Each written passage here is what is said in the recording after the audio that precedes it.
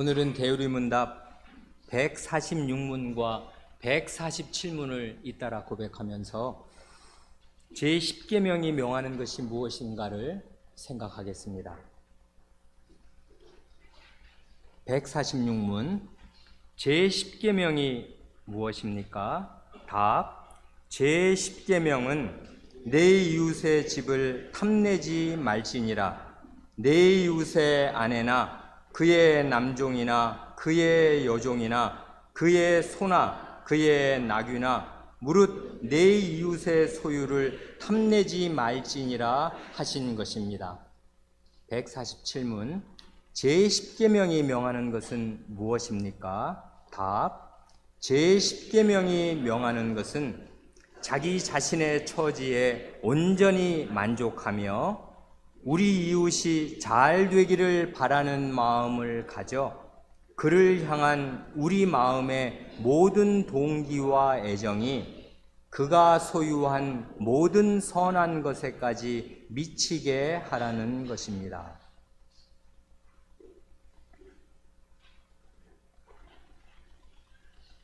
이제 우리는 마지막 제10계명에 이르렀습니다. 이 마지막 계명에 이르러서 우리는 대단히 놀랍고 두려운 사실 앞에 서게 되는데, 그것은 하나님의 계명이 우리의 마음속을 들여다보고 우리의 내면 세계와 우리 마음의 움직임을 다루고 있다 하는 사실입니다. 누군가가 잘 표현한 대로 하나님의 계명은 곧 우리의 마음을 읽으시는 하나님의 눈입니다. 그 사실을 잘 뒷받침하는 말씀이 히브리서 4장 12, 13절 말씀일 것입니다. 하나님의 말씀은 살았고 운동력이 있어 좌우의 날선 어떤 검보다도 예리하여 혼과 영과 및 관절과 골수를 찔러 쪼개기까지 하며 사람의 마음과 뜻을 감찰하나니 지으신 것이 하나라도 그 앞에 나타나지 않음이 없고 오직 만물이 우리를 상관하시는 자의 눈앞에 벌거벗은 것 같이 드러나느니라 합니다. 여기 다른 말을 다 제하고 보면 주어 하나님의 말씀이 우리의 마음의 생각과 뜻을 감찰하나니 하는데, 그 감찰하나니 하는 그 단어의 원래 뜻은 재판하는 것입니다. 판단하는 것, 심판하는 것입니다. 하나님의 말씀이 우리의 영혼을 이렇게 아주 능숙한 말하자면 일식집 요리사가 그 생선의 뼈를 거의 살아있는 그대로 이렇게 발라내듯이 우리의 마음과 생각에 가장 은밀한 데에 숨어있던 그 굴곡들을 다 파헤치면서 우리의 마음의 생각과 뜻을 다 판단해냅니다. 이게 왜 잘못인지, 이게 왜 그릇됐는지를 다 판단합니다. 그래서 결국 이 하나님의 말씀 앞에 만물이 우리의 가장 은밀한 깊은 마음속 동기들과 생각들이 벌거벗은 것 같이 드러납니다. 이 세상에서는 그 어느 나라도 사람의 마음의 움직임만으로 사람을 정죄하는 나라가 없습니다. 그런 법도 없습니다. 그러나 하나님의 나라는 마음까지 규율하고 다스리는 나라이고, 그래 마음이 청결한 자가 하나님을 뵙는 복을 받는 그런 나라입니다. 오늘 우리가 읽은 두 본문, 마가복음 10장 중간에 나오는 부자 청년 관원의 이야기와 로마서 7장 중간에 나오는 이 바울 사도의 자서전적인 이야기는 거의 동시대를 살았던 같은 유대인이면서 제10계명을 대하는 관점이나 깊이가 얼마나 천지 차이로 다룰 수 있는가를 아주 인상적으로 보여줍니다. 교우분들은 그동안 성경을 많이 읽으셨을 텐데 그 전에 언제 이 제10계명에서 다루는 탐심을 주제로 해서 이 두 본문, 마가복음 10장과 로마서 7장의 본문을 나란히 놓고 비교해 보신 적이 있는지 모르겠습니다. 마가복음 10장의 이야기는 우리가 모르지 않는, 상당히 익숙하게 알고 있는 본문입니다. 이 이야기는 마태, 마가, 누가 공관복음서에 다 나옵니다. 그래 이 공관복음의 정보를 다 종합해서 보면 여기 나오는 이 사람은 부자요, 청년이요, 관원입니다. 그러니 있을 것은 다 있는 사람입니다. 부자니까 돈이 있고 재물이 있습니다. 청년이니까 젊음이 있습니다. 관원이니까 지위가 있고 명예가 있습니다. 다 있습니다. 게다가 영적인 감수성까지 좋습니다. 지금 이 사람이 예수님께 나온 목적은 영생 얻는 길을 여쭈으려고 나온 것입니다.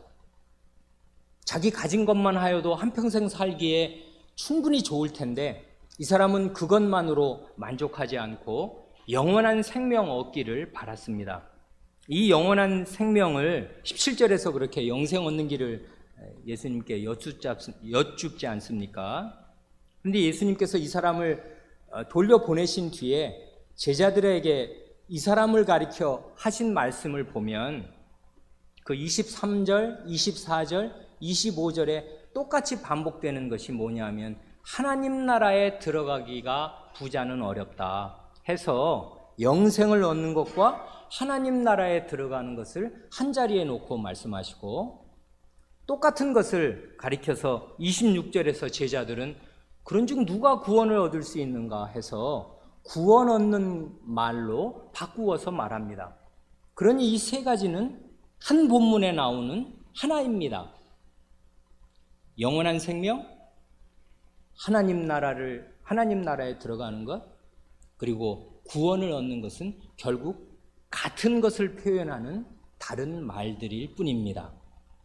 그러니 이 사람은 결국 자기가 가진 이 모든 현세적인 좋은 것에도 불구하고 구원 얻기를 바라고 영원한 생명을 얻기를 바라고 하나님 나라에 들어갈 확실한 방법을 알고 싶었던 그런 사람입니다.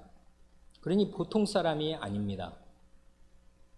그런데다가 예수님을 대하는 태도도 아주 예의 바르기가 이를 데가 없습니다. 반듯한 사람입니다. 여기 보면 길에 나가시는데 달려와서 길에 꿇어 앉아서 예수님께 여쭙지 않습니까? 관원인데, 관리인데, 존경받는 사회적인 명망 있는 인사가 예수님께 무릎을 꿇고 선생님, 영생 얻는 길을 제게 가르쳐 주십시오 하고 가르침을 청한 것입니다. 그래, 다른 때 이 본문에 대해서 이렇게 저렇게 말씀드린 일이 있으니까 그런 일은 넘어가고 오늘 다룰 중요한 것만 추려서 말씀드리고자 합니다. 주님께서 이 사람에게 영생 얻을 길을 말씀하여 주십니다. 내가 계명을 안하니 하시면서 하나님의 10마디 말씀 가운데 이웃사랑에 관한 계명들을 차례로 열거해 나가기 시작하십니다.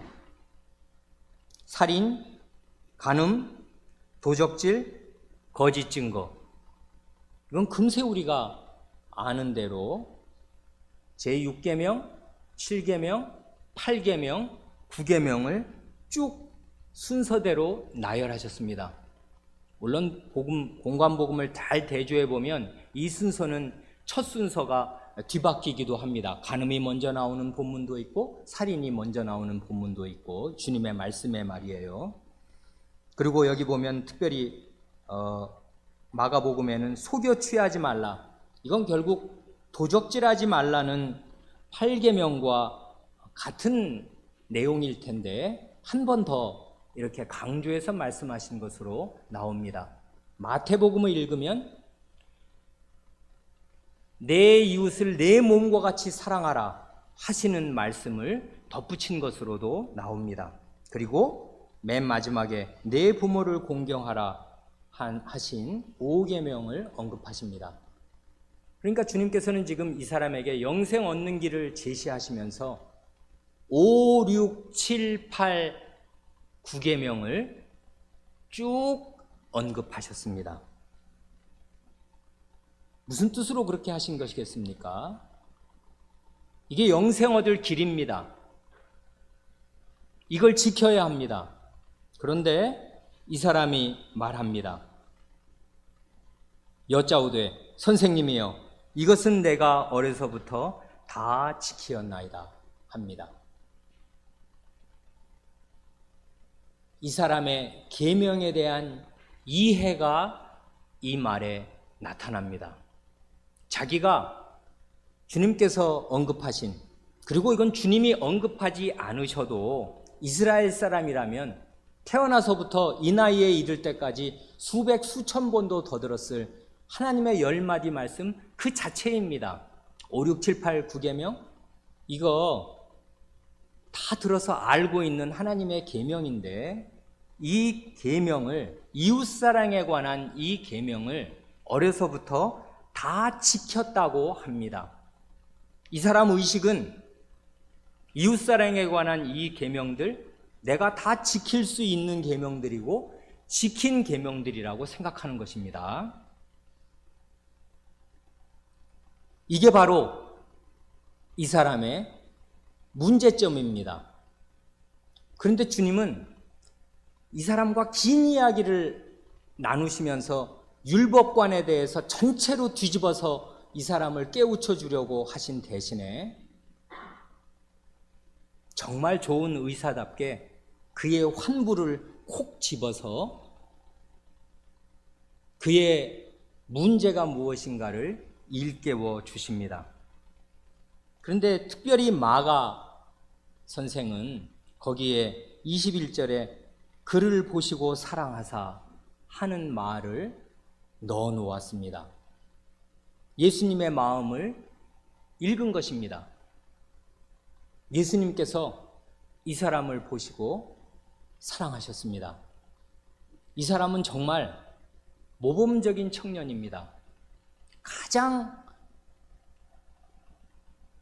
대표로 한 전형으로 꼽을 만한 좋은 유대인 청년입니다. 어려서부터 하나님 말씀을 잘 배웠고 아마도 혼자서 자수성가해서 사업을 일으켜서 이렇게 떼부자가 된 사람이 아니라면 부잣집 좋은 데서 태어나서 좋은 교육을 잘 받고 그래 품성도 따뜻하고 어려서부터 부모님 말씀 거역한 일이 없이 잘 자라 율법 교육도 받고 교육받은 대로 잘 행한 그런 좋은 청년이었던 것 같습니다. 주님께서 그를 사랑하셔서 그에게 영생 얻을 길을 일러주십니다. 그런데 그러기 전에 그의 부족을 지적하여 내십니다. 내게 오히려 한 가지 부족한 것이 있으니 가서 내 있는 것을 다 팔아 가난한 자들을 주라. 그리하면 하늘에서 보화가 내게 있으리라. 그리고 와서 나를 좇으라.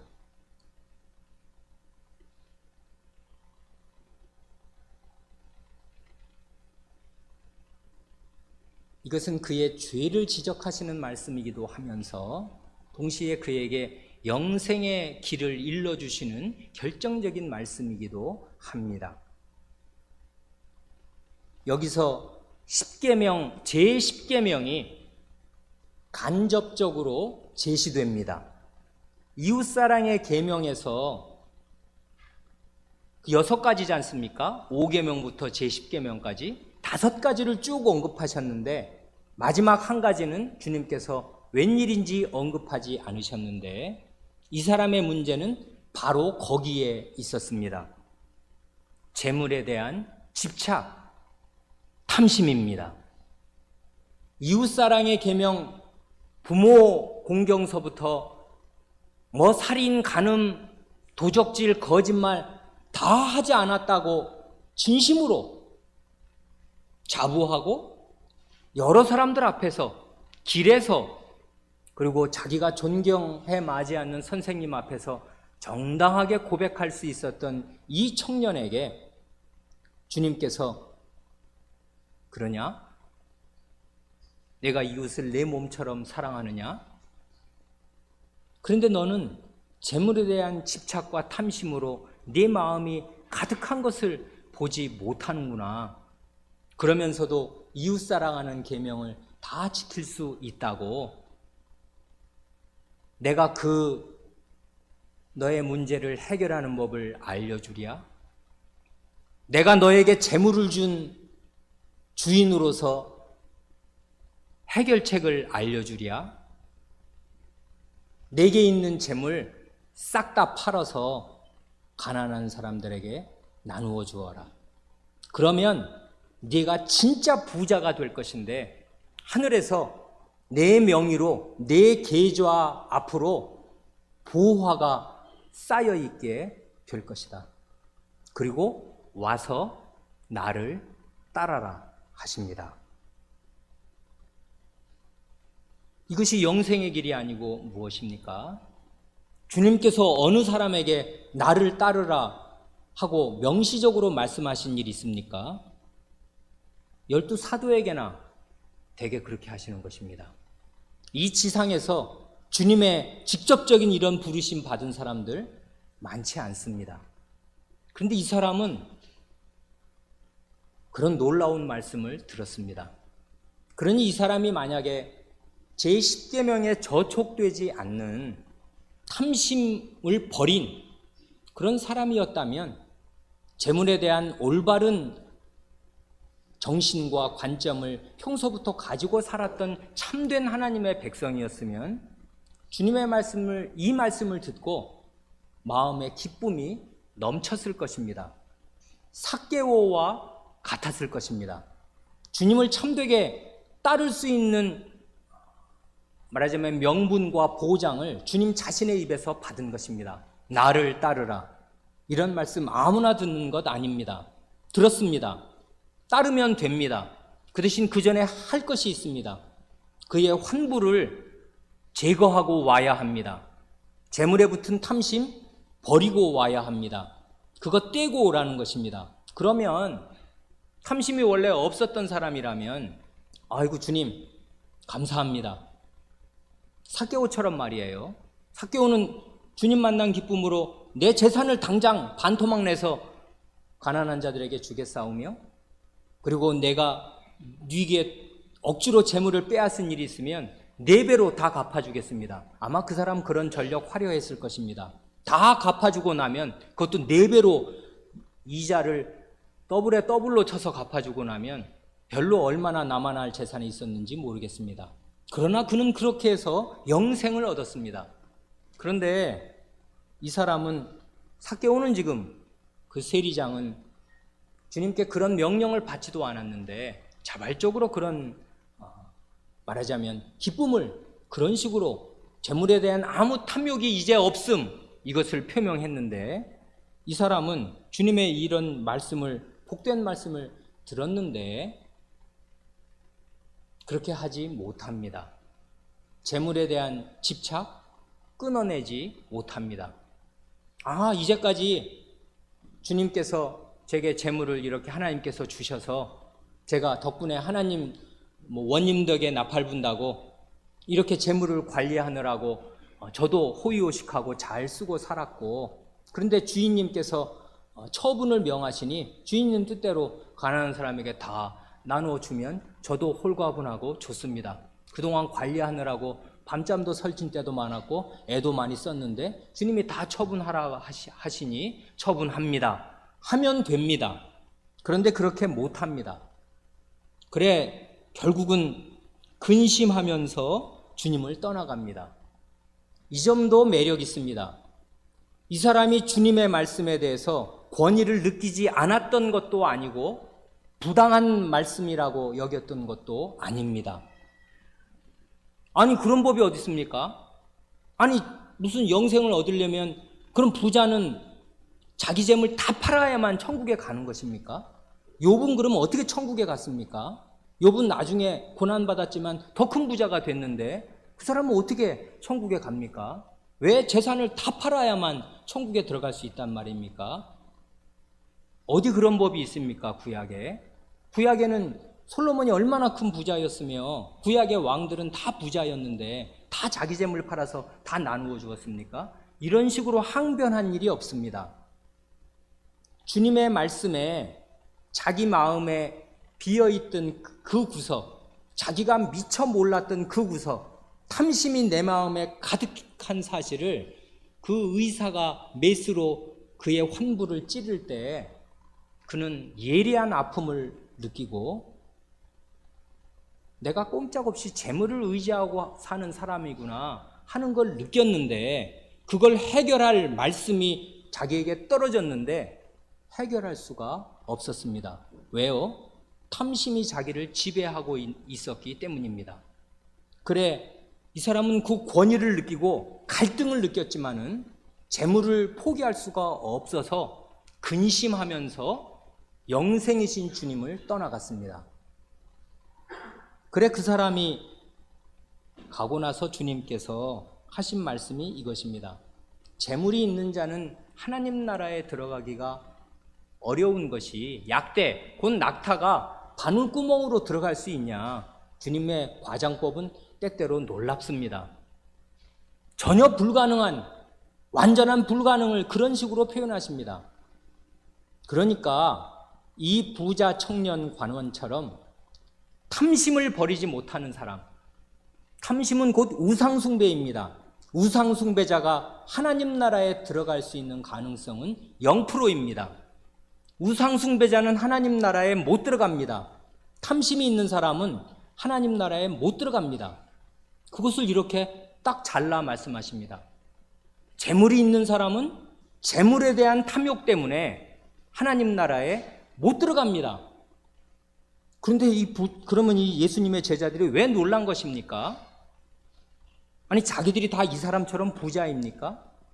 되게 그만그만하게 사는 사람들입니다. 극빈도 아닙니다만은 어부 출신들, 그냥 벌어서 고기 잡아서 팔아서 생계를 꾸릴 수 있는 그저 우리들이 흔히 하는 말로 중산층의 생활을 할 수 있는 사람인지는 몰라도 큰 부자들은 아닐지도 모릅니다. 그런데 제자들이 다 깜짝 놀랐습니다. 왜 그렇겠습니까? 탐심은 빈 부를 차별두지 않습니다. 부자는 재물이 많아서 자기가 가진 재물에 집착하느라고 탐심의 종으로 살고, 가난한 사람은 돈이 없으니까 돈 가진 사람 돈이 부러워서 탐심을 버리지 못하고 삽니다. 그러니 탐심의 종노릇하기는 탐심을 가진 부자가 하나님 나라에 들어가는 것이 낙타가 바늘귀로 들어가는 것보다 더 어렵다면은 탐심을 품은 가난한 사람이 하나님 나라에 들어가기가 어려운 것이 낙타가 바늘귀로 들어가는 것이 불가능한 것보다 더 불가능한 일입니다. 그래야 이 제자들의 정당한 이 놀라움과 자동 반사적인 질문이 튀어나온 것입니다. 그런즉 누가 구원을 얻을 수 있는가? 아무도 못 얻습니다. 사람으로서는 아무도 못 얻습니다. 탐심을 자기의 힘으로 끊어낼 수 있는 사람이 없기에 사람의 힘으로는 아무도 구원 얻지 못합니다만은 하나님으로서는 다 하실 수 있느니라 하십니다. 하나님의 참된 은혜를 받은 사람들은 탐심을 극복하게 됩니다. 사람으로서는 이길 수 없고 끊어낼 수 없는 그 탐심을 하나님의 한없는 은혜로, 하나님을 소유하였다는 그 믿음으로 하나님 나라를 내가 가졌고 영생을 가졌고 구원을 얻었다는 그 확신으로 그것보다 1000분의 1, 10,000분의 1도 안 되는 덜 가치 있는 재물을 끊어낼 수 있습니다.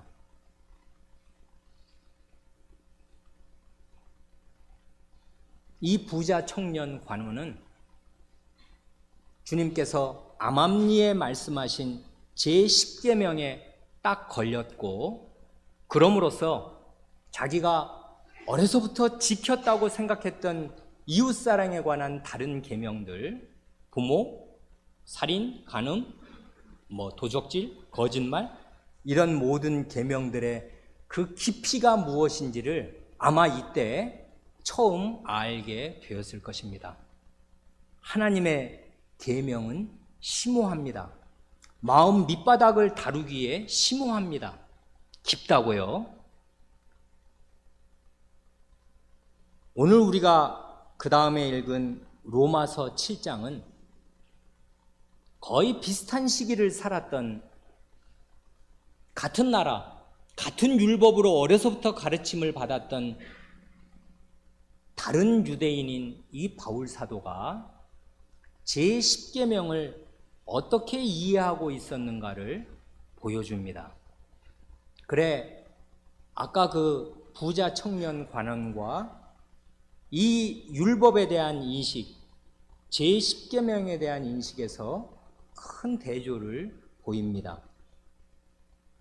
로마서 7장 요 7절부터 13절을 우리가 부분만 이렇게 발췌해서 읽었는데, 이것은 율법, 이걸 계명이라고, 10계명이라고 바꾸어도 좋습니다. 계명과 죄, 그 상관관계가 무엇인지를 아주 인상 깊게 보여주고, 사람이 어디까지 죄인인가 하는 사실을 또한 잘 보여줍니다. 아주 이 죄에 대한 심오한 이해를 보여줍니다.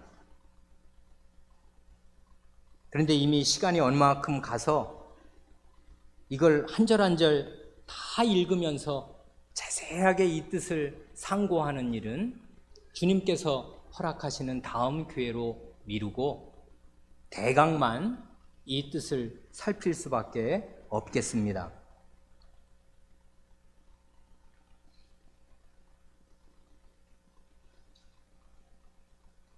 7절은 이렇게 시작합니다.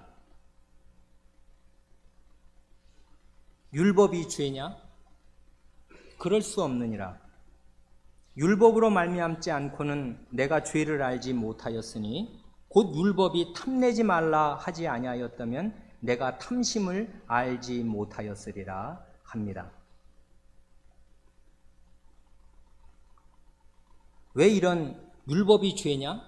이런 얼토당토하는 질문을 스스로 제기하는가 하면 나중에 가보면 아주 놀라운 사실이 나오는데, 율법 때문에 죄를 짓게 되기 때문에 그렇습니다.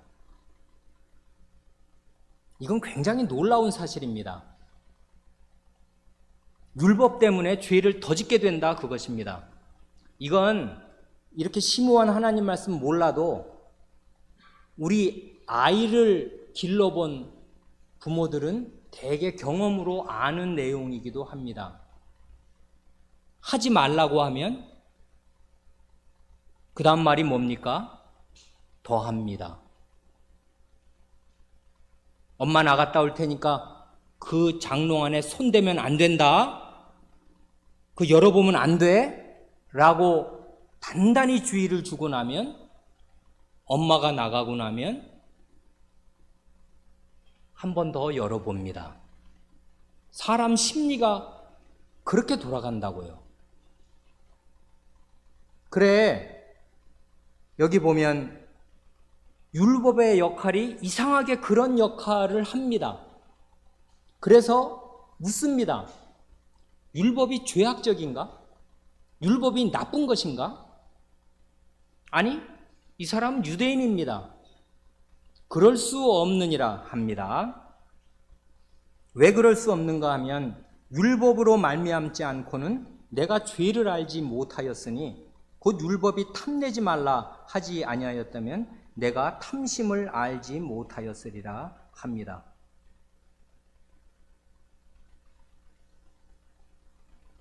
율법이 여기 지금 우리의 문제가 되는 제10계명이 벌써 나왔지 않습니까? 율법이 탐내지 말라. 이건 지금 명백히 제10계명을 가리키는 것이지요. 하나님께서 시내산에서 자기 백성들을 향해서 탐내지 말지니라, 내 이웃의 것을 탐내지 말라고 하나님께서 말씀하셨는데 그 계명이 육성으로 내가 알아들을 수 있는 말로 내게 오지 않았다면은 내가 탐심을 몰랐다는 것입니다.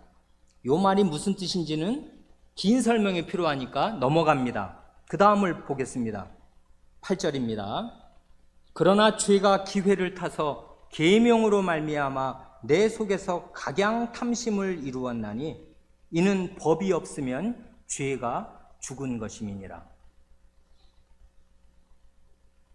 어떻게 되었냐 하면 여기서부터는 이 바울 사도의 설명이 아주 놀라운데 죄를 생물체처럼 표현합니다. 의인화라는 말 아시지 않습니까?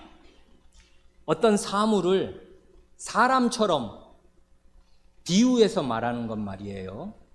죄를 진짜 몬스터, 괴물처럼, 어떤 무시무시한 괴물처럼, 살아있는 괴물처럼 묘사하는 것입니다. 지금 바울 사도가 쓰는 이 말법이. 죄가 기회를 잡았습니다.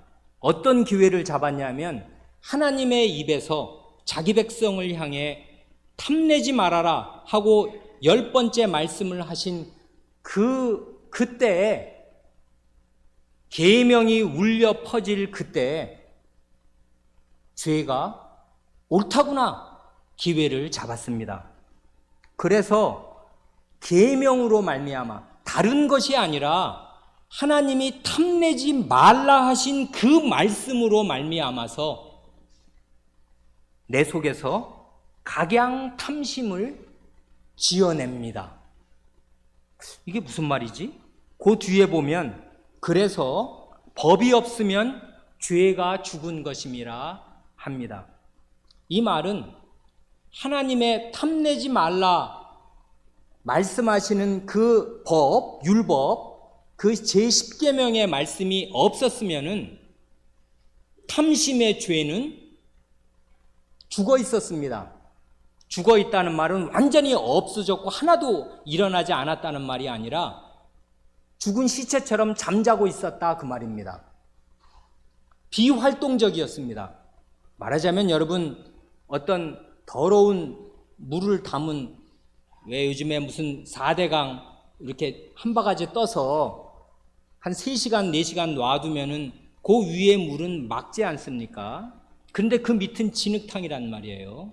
그러니까 그 물은 가만 놔두면은 뜬 물은 맑은 물처럼 보이기도 합니다만은 거기다가 이제 어떤 사람이 막대기를 넣어서 이렇게 한 바퀴 돌리면은 그 물 밑바닥의 정체가 다 드러나는 거 아닙니까? 그래 휘저으면 이게 완전히 진흙탕 뻘물이 돼가지고 냄새가 진동을 하면서 도저히 이건 물이 아니다, 흙탕물이다 이거, 이렇게 되는 것처럼 계명이 오기 전에는 탐심이 잠복하고 있었습니다. 비활동적이었습니다. 그런 의미에서 죽어 있었습니다. 가만히 있습니다. 그런데 희한하게도요, 탐내지 말아라 하시는 그 계명이 오는 순간에 죄가 그 계명을 마치 이 젓는 막대기로 삼아서 내 마음을 휘저어가지고 각양 있는 종류별로 다, 이게 영적인 것이어도 상관이 없습니다.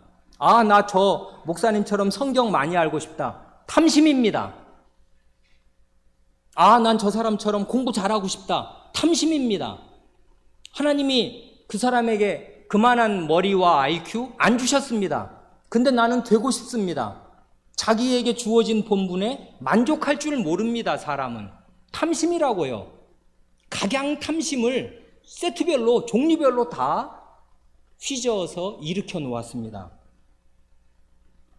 그래, 9절의 말씀이 묘미가 있습니다. 이게 아까 부자 청년 관원과 전혀 다른 깊이의 계명에 대한 인식입니다.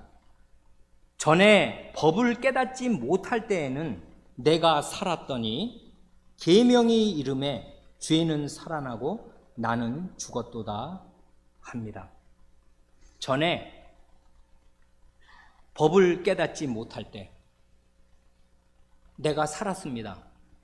이때 산 나는 뭐하고 산 거냐면 아까 그 부자 청년 관원처럼 마음에 은근한 자부심을 가지고 산 것입니다. 자아가 펄펄 살아서 나 하나님의 계명 다 지키고 살았습니다. 어려서부터 저 교회 생활 정말 열심히 했어요. 그리고요, 선량하게 살려고 애썼고요. 기도도 참 열심히 했습니다. 성경도 많이 읽었고요. 등등등입니다. 쳐 죽일 놈이라고 하면 말도 안 되는 소리. 내가 누구보다는 그래도 낫다 하는 정도의 자부심을 가지고 사는 것입니다. 아까 그 부자 청년이 주님 앞에서 살아 움직였지 않습니까? 살았지 않습니까? 산 사람으로 주님 앞에서 이 말 저 말 하면서 내가 어려서부터 그게 어느 안전이라고 뉘 앞이라고 그런 말을 하는 것입니까? 왜 그렇습니까? 법을 깨닫지 못해서 그랬습니다. 법이 뭘 요구하는 것인지, 법의 참뜻이 무엇인지 모르니까 자기가 법을 다 지켰다고 생각하는 것입니다. 그리고 지킬 수 있다고 생각하는 것입니다. 자기가. 그런데 어떻게 됐냐면 실상은 계명이 왔습니다. 하나님의 말씀이 떨어졌습니다. 10마디 말씀으로 떨어졌어요. 탐내지 말아라 하고 떨어진 순간에 죄는, 아까는 왜 법이 없으면 죄가 죽었다고 그랬지 않습니까? 바로 앞절에서 법이 없으면 하나님의 말씀이 떨어지기 전에는 죄가 이렇게 가만히 잠복하고 있습니다. 죽은 거야 산 거야 흔들어도 잘 안 움직입니다. 그런데 얘가 하나님의 말씀이 딱 오면은 마치 그게 지의 무슨 양분이나 에너지원이나 되는 듯이 계명의 이름에 죄는 살아납니다. 그러고 나면 아까 같이 이 말 저 말 다른 사람 앞에서 그래도 나도 양심적으로 살았다고 얘기하던 그런 나는 죽습니다. 죄가 살아납니다. 죄가 힘을 얻습니다. 뭐 때문에요? 하나님의 계명 때문에 힘을 얻는다 그것입니다. 이게 아주 놀라운 일 아닙니까? 그럼 하나님 말씀을 도대체 모세를 통해서 그 백성들에게 왜 주셨단 말입니까? 하나님이 이런 것도 모르고 주신 것입니까? 아니, 가만히 이 백성들 마음속에 그 바가지 속에 진흙덩어리처럼 잠복되어 있는 죄를 휘저어서 헐헐 다 일어나게 하려고, 그래서 죄를 더 마음껏 짓게 하려고 하나님께서 10마디 말씀을 종류별로 다 하신 것이겠습니까? 그럴 의문이 든다 그 말입니다. 이 말을 논리를 잘 따르면. 그래서 처음부터 율법이 죄냐 하고 묻지 않을 수 없었던 것입니다. 도대체 율법 왜 주셨어? 그리고 무슨 역할을 하는 거야? 그 율법이라는 게. 율법이 와서 더 죄를 짓게 되잖아. 이렇게 되는 것입니다. 10절입니다. 생명에 이르게 할 그 계명이 내게 대하여 도리어 사망에 이르게 하는 것이 되었도다. 원래는 그것이 아니었습니다. 아까 영생의 길을 묻는 그 청년에게 주님께서 당장 계명을 방도로 제시하셨지 않습니까? 이웃사랑의 계명 지켜라, 행해라. 그러면 그로 말미암아 살리라고 주님께서 말씀하셨다. 행해라. 생명에 이르게 할 계명입니다. 하나님께서 사람 죽으라고, 너 죄로 죽으라고 계명을 주신 것이 아니고 살라고 주셨습니다. 영생에 이르라고 주셨습니다. 그런데 희한하게도 하나님이 주신 의도와는 다른 정반대 작용만 일어났습니다. 생명에 이르게 할 그 계명이 오히려 생명에 이르게 하는 대신에 거꾸로 사망에 이르게 하는 장본이 되었습니다.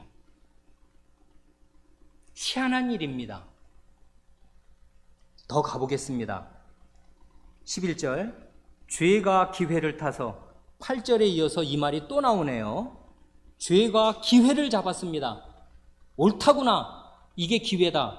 기회를 잡아서 계명으로 말미암아 나를 속이고 그곳으로 나를 죽였습니다.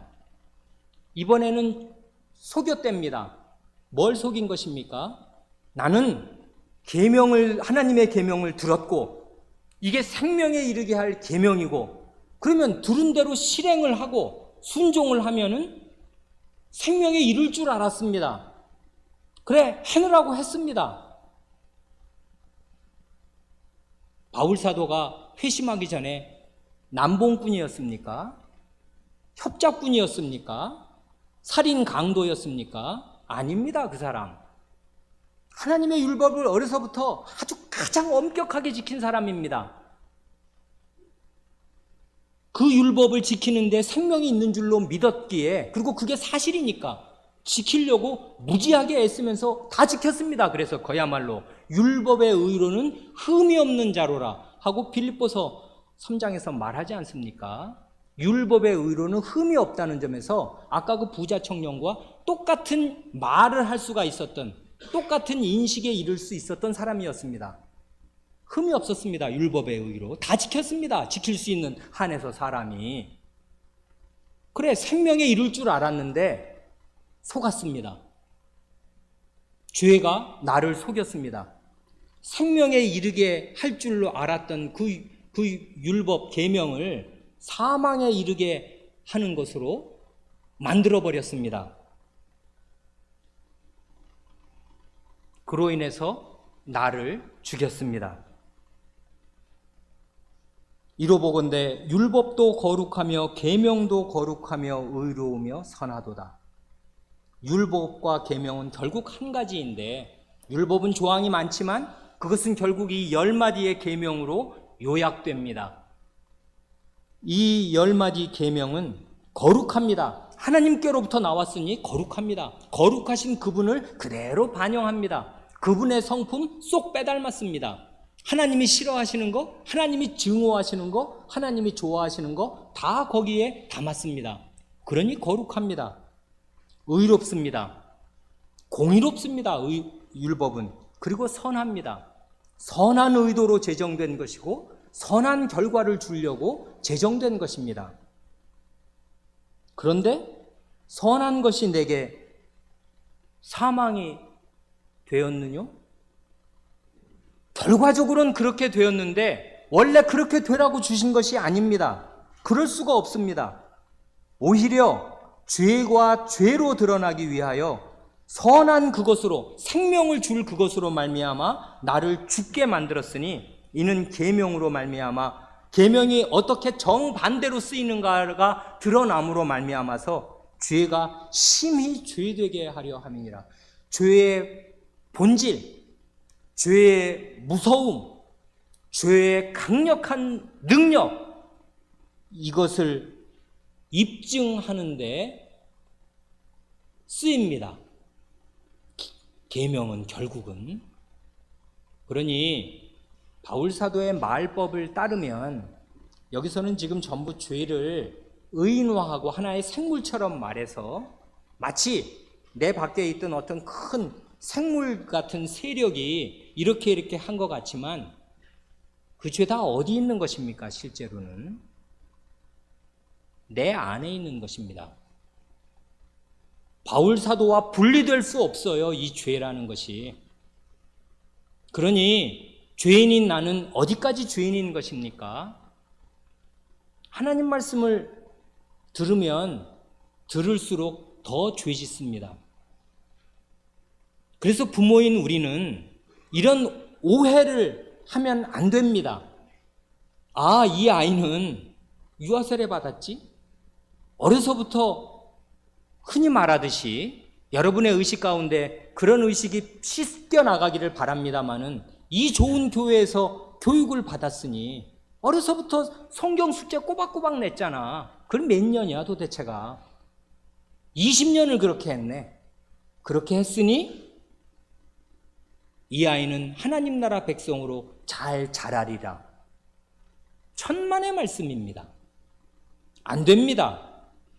하나님 말씀을 죄인이 들으면 어떻게 되냐면 이렇게 된다고요. 죄가 하나님 말씀이 그 아이에게 들어올 때 죄가 그 아이 속에 있는 죄가 말이에요. 그 아이 속에 잠복되어 있던 죄들을 다 들쑤셔서 더 죄짓게 만듭니다. 그러니 도대체 어떻게 하면 좋습니까? 하나님 말씀 들어야 되는 것입니까? 안 들어야 되는 것입니까? 이게 죄인의 딜레마라고요. 이게 죄에 가공할 능력이라고요. 이게 죄에 팔린 우리 죄인들의 죄의 노예의 실상이라고요. 이걸 제10계명이 보여줍니다. 마음을 다룬다고요. 그래 그 전에 제10계명에 오기 전에는 얼핏 하나님의 계명의 깊이를 그 심오함을 모르는 사람들은 자기가 이 계명들을 지킬 수 있다고 생각합니다. 1계명부터 다 그렇습니다. 나 외에 다른 신 두지 말라고요? 아, 우상 숭배 하지 말라고요? 저는 바알 숭배자 안 합니다. 저는 가서 절에 가서 절하거나 그런 일을 안 했습니다. 1계명 지켰습니다. 2계명 형상 숭배하지 말라고요? 아, 저는 금송아지 숭배, 그런 건 하지도 않았습니다. 그리고 여호와 하나님 그림 그려놓고 절한다든지 그런 짓 전혀 안 합니다. 하나님의 이름 저주하거나 망령되이 일컫는 거 그런 거 잘 하지 않습니다. 안식일, 주일 예배 거의 빠진 적 없습니다. 아플 때 외에는 다 나갔습니다.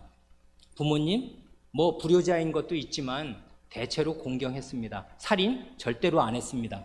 간음 안 했습니다. 거짓말 조금 했지만 그러나 큰 거짓말은 아니었습니다. 다 이런 것입니다. 다 지킬 수 있어요. 다 지켰습니다. 그리고 대단한 죄인 아닙니다. 다 이렇게 생각하는 것입니다. 계명의 깊이를 모르면 다 이렇게 하나님의 계명을 지킬 수 있다고 생각하는데 그러던 사람에게 이 덫에 걸리듯이 아까 그 부자 청년 관원처럼 말이에요. 5, 6, 7, 8, 9계명 다 지켰습니다. 그래? 너 재산 다 팔아서 나눠주고 나한테 오너라. 예수님이 억지로 극빈을 요구하시는 것도 아닙니다. 그에게 하늘에 있을 보화를 보장하셨습니다. 이게 참 말씀입니다. 그 재산 어디 가는 거 아닙니다. 하늘 계좌에 옮겨놓는 것뿐입니다. 더 확실하고 안전한데 좀과 동록이 도적이 침해하지 못하는 그곳에 옮겨놓는 것뿐이고 이자 10배로 붙을 것입니다. 아마도. 그런데 그 말씀 못 믿습니다. 왜요? 탐심이 그 마음을 딱 자리 잡고 있습니다. 이러면 바로 1계명으로 넘어간다고요. 우상숭배. 탐심이 곧 우상숭배거든요. 왜 그렇습니까? 하나님 외에 다른 것에서 안전을 찾는 마음, 그게 우상 아니에요? 하나님 외에 다른 어떤 것에서 마음의 위안과 안전을 찾고 그걸 부둥켜 안고 사는 그 심정, 그 사람에게는 말은 그렇게 안 했을 뿐이지 돈이 그의 신이었습니다. 그 많은 재물들이 그에게 안전감을 주었다고요. 그래 그는 사실상 우상숭배자였습니다. 몰랐습니다. 다 하나님 지킨다고 지금 영생 얻는 길 물으러 나온 거 아닙니까? 그런데 그는 사실상 우상숭배자인 사실이 탐심에서 드러났습니다. 제10계명은 심오하게 우리의 마음을 이렇게 헤집어서 내가 얼마나 우상숭배자냐, 하나님으로 만족하고 살아? 어림도 없지. 얼마나 탐심이 드글드글하냐. 공부 열심히 하는 이유, 교회 생활 열심히 하는, 많은 사람이 교회 생활 열심히 하는 이유, 그렇게 기도 열심히 하고 성경 많이 읽는 이유, 종교적인 탐심 때문입니다. 종교적인 귀족이 되고 싶습니다. 예수 잘 믿는다는 말 듣고 싶습니다. 실력 있는 목사라는 말 듣고 싶습니다. 탐심이 그를 지배합니다. 죄인은 결코 스스로의 힘으로 탐심을 떨쳐내지 못합니다. 하나님으로 만족할 줄 모르는 사람은 우상에서 벗어날 길이 없습니다. 하나님과 우상은 상극이라고요. 그러니 하나님 한 분으로 내가 완전히 만족하지 않는 한 나는 우상숭배자입니다. 이걸 제10계명이 가르쳐 준다고요. 왜요? 탐심은 계속 어떤 걸 요구하는 것입니다. 이것이 더 있어야 내가 행복할 텐데. 왜냐하면 자기는 지금 불행하거든요. 행복하지 않아요. 충분히 만족하거나 감사할 수 없습니다. 뭘 더 있어야 돼요. 그걸 원하는 것입니다. 더 이렇게.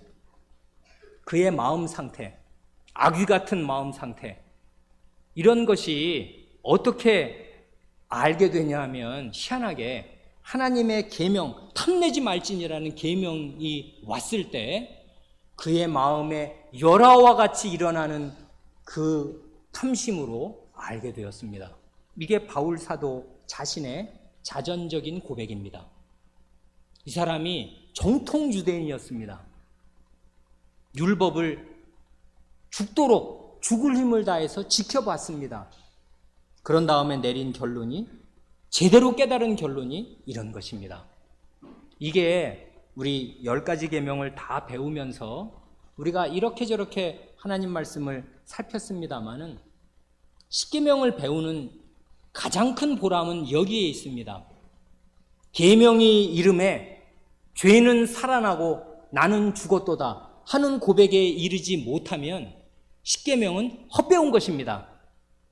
뭘 배운 것이냐면 조금 더 몇 가지를 더 요렇게 하시고 저렇게 하셔서 6계명도 지키고 사시고 7계명도 지키고 사시고 8계명은 더 잘 지키십시오 라는 식으로 도덕군자를 만들어주는 하나의 도덕 스쿨에 오셔서 조금 더 잘 배운 것뿐입니다. 그러면 조금 더 멋있는 부자 청년 관원으로 주님 앞에 설 것입니다. 그러다가 그의 벌거벗은 모습을 확 폭로시키고 말 것입니다. 아무것도 아닙니다. 그렇게 되면 계명은 결국, 계명을 배운 보람은 어디에서 나타나야 되는고 하니 나는 어디까지 죄인인가? 계명을 들으면 들을수록 이게 안 되는 거구나. 이게 안 되네. 내가 진짜 죄인이네. 아니 죄를 더 짓네. 간음하지 말라는 그 7계명을 듣고 그 단어를 듣는 순간 내 머릿속에 그날 저녁에 떠오르는 이것들이 도대체 뭐란 말인가 라고 절규할 때 그는 7계명을 제대로 들은 것입니다. 다른 모든 계명 다 마찬가지입니다. 10계명을 배우는 목적은 이것저것 더 많이 잘 지키셔서 멋있는 종교적인 귀족이 되십사 하는 것이 아니라 우리 속에 있는 죄가 어디까지인가 하는 것을 제대로 깨달아야 한다, 그것입니다. 오늘은 여기까지만 말씀드리겠습니다. 기도하겠습니다.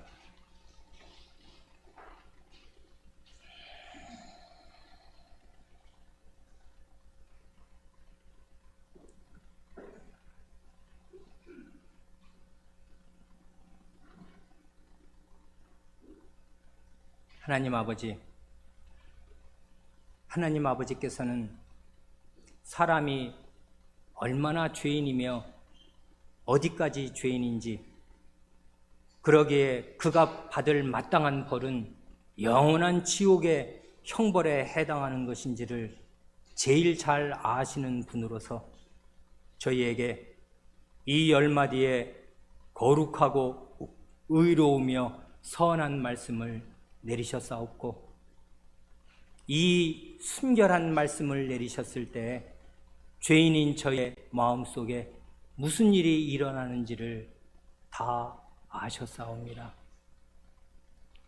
주님 또한 주님의 백성인 교회에 이 십계명을 엄격하게 가르치게 하시오며, 죽음의 형벌을 덧붙여 주님의 백성들에게 구약시대 이래로 이 계명을 가르치게 하셨사옵니다. 그러니 주님의 계명 앞에서 죄는 살아나고 저희는 죽사오며, 저희는 참으로 죄인이요 오갈 데 없는 죄인이며 지옥 영원한 형벌에 처해져야 마땅한 죄인으로서 어떻게 하려야 할 수가 없고, 이럴 수도 없고 저럴 수도 없는 죄인인 것을, 헐수할 수 없는 죄인인 것을 고백할 수밖에 없사옵니다. 그러므로 계명의 엄중함과 죄의 깊이를 바르게 알아야 우리 주 예수 그리스도의 은혜를 또한 간곡히 사모하겠사오며, 그 예수 그리스도의 은혜만을 간절히 의지하고 또 의지하여 구원을 얻겠사오니, 저희에게 이 계명의 뜻을 더욱 확실히 가르쳐 주시옵소서. 저희의 환부를 다 도려내시며 저희가 어디까지 숨어있는 죄인인가를 다 드러내시옵소서. 우리 구주 예수님의 이름으로 기도하옵니다. 아멘.